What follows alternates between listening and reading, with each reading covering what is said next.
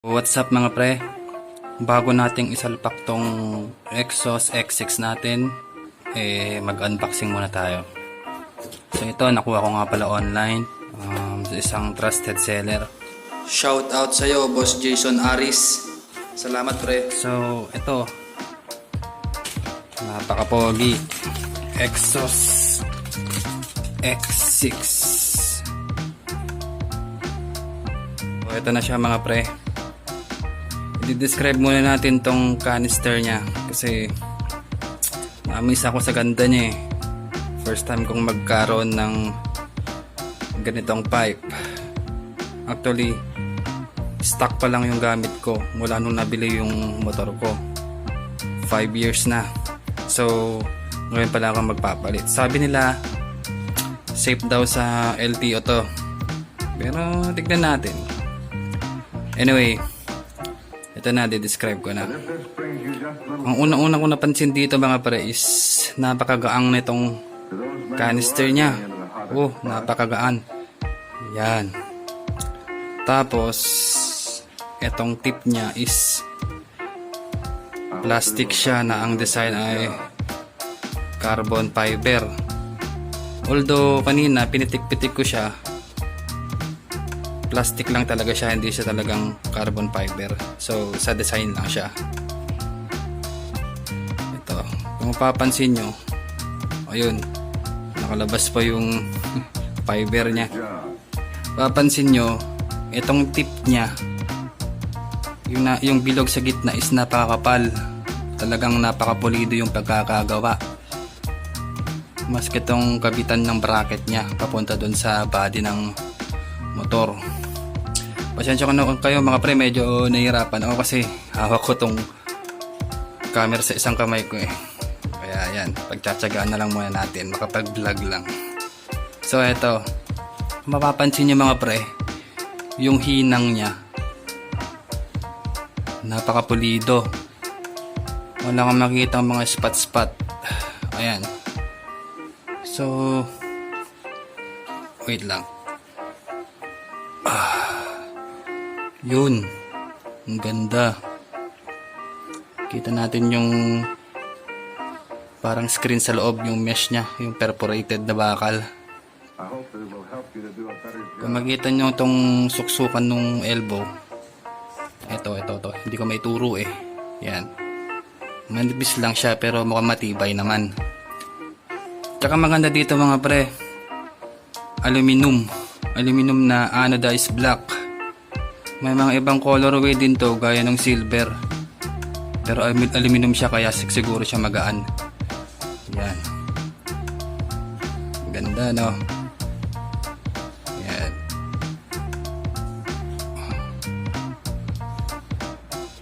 Yan. Oops, yeah. Ito yung nasa likod niya, wala siyang design. Yan. Bale, para siyang 1, 2, 3, 4, 5, 6 hexagonal shapes ah. Ayan. Mukhang popogi yung motor ko nito kahit na Mio Sporty lang. Nga pala mga pre, yung motor ko nga pala is Mio Sporty. Itong pipe muffler na to is pang Mio Sporty. So next, yung elbow naman. Siya nga pala mga pre, gusto ko rin pala tong emblem niya kasi kitang kita eh. Oh, diba pogi? Pansinin siya, dagdag forma sa motor natin. Next, itong elbow niya. Itong elbow nito is pang Mio Sporty. So tatanggalin ko muna siya sa plastic. Wait lang. So ito na mga pre, yung elbow nya. Ito may kasama na siyang spring. Tapos maganda yung tip ng elbow nya. Ang gusto ko dito mga pre is ito, at least ito na igagalaw, natatanggal, hindi gaya ng ibang elbow na para sa ibang mga model na motor para sa ibang brand ng motor. Itong bakal na to, naka-fix na siya dito. Yan. Naka-TIG weld siya. Minsan, sa mga ibang vlog na napanood ko, yung pagkaka-weld niya is pangit. So, ewan ko kung bakit si Sporty ganito, nakihiwalay itong bakal na to. Yung kabitan ng bolt and nuts niya. Yan. Tingnan nyo, ang ganda oh. Oh, tsaka makapal. Yan. Tsang isang napansin ko pa dito mga pre.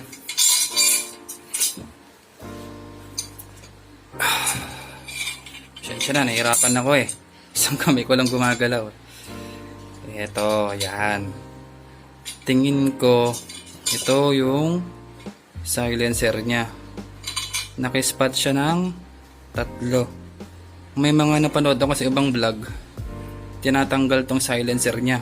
Mas gumaganda yung tunog, mas buong buo, mas bassy. Ang diskarte daw is lalagarihin daw hanggang dito. Yan. Pero hindi ko nagagawin yun para iwas huli na rin. Mabuti na yung safe tayo. At least kapag tinutok sa decibel meter ng mga nanguhuli dyan, hindi siya lalagpas ng 115 decibels. Yun yung base sa na-research ko na maximum sound ng mga muffler natin. Yan, napakaganda. Ito nga pala ay stainless na, hindi na to kinakalawang. Pre.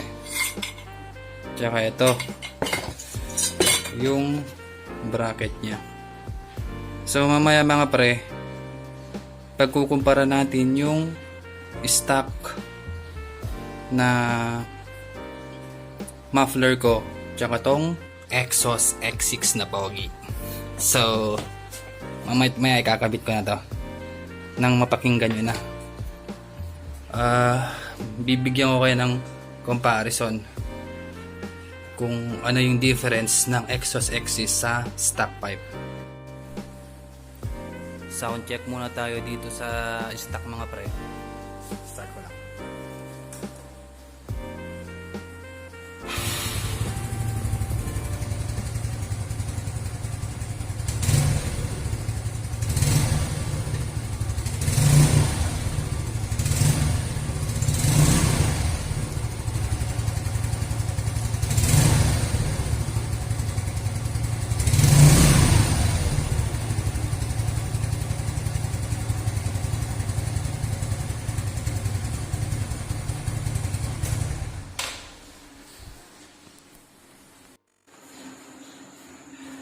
At ayan na nga mga pre, nakakapagod.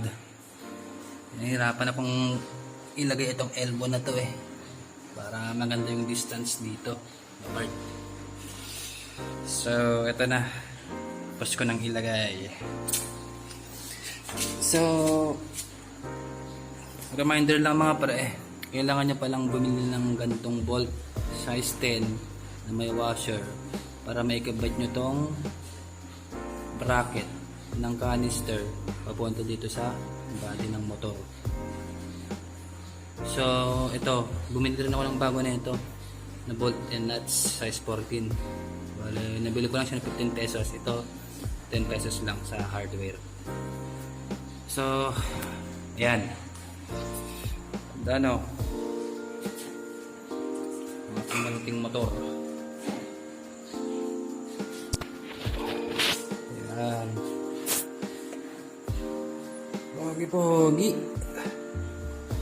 So ano na, pagod ako mga pre. Ano, sound check na. Game.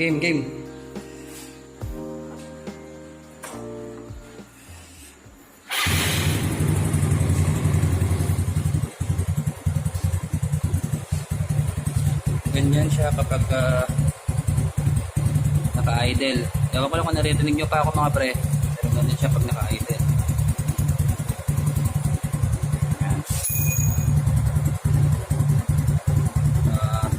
Bombahin lang natin ng konti.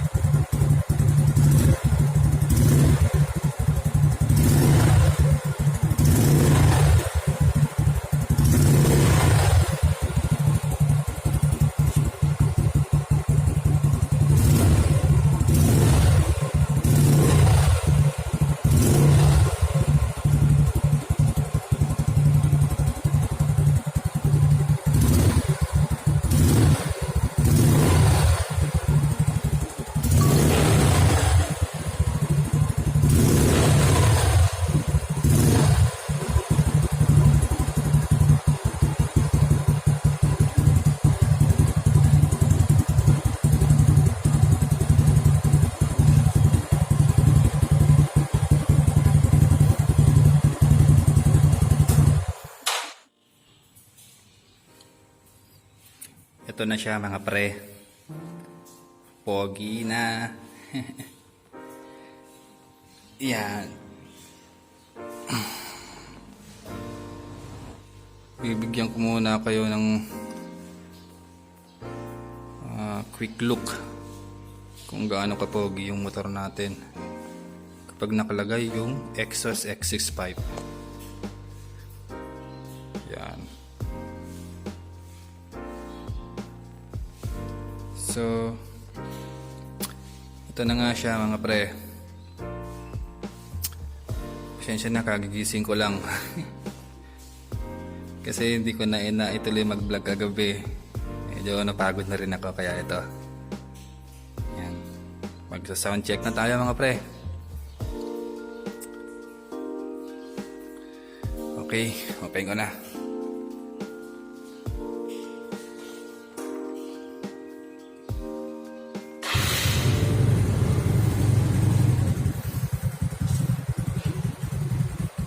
So ganyan siya kapag naka-idle. Ganyan yung tunog kapag naka-idle. Yan. Bobombahin ko lang siya ng onte-onte. Wait lang.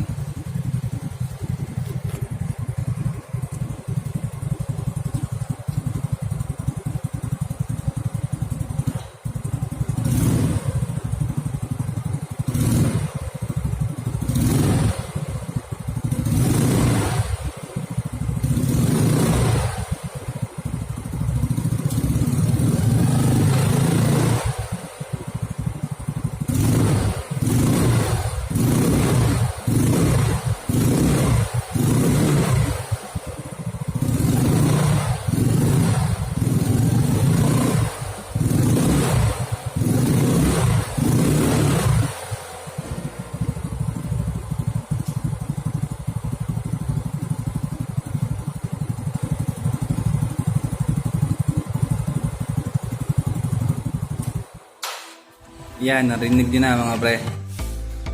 Ayan. Sana nagustuhan niyo yung video ko. At please, mga pare, support my channel. Please subscribe para sa mga iba pang videos na i-upload ko tungkol sa Miyus 40. So, salamat mga pre. Sana magkaroon na tayo ng sa 1,000 subscribers para mai-reveal ko na rin yung mukha ko. So, ride safe lagi mga pre. Ayos.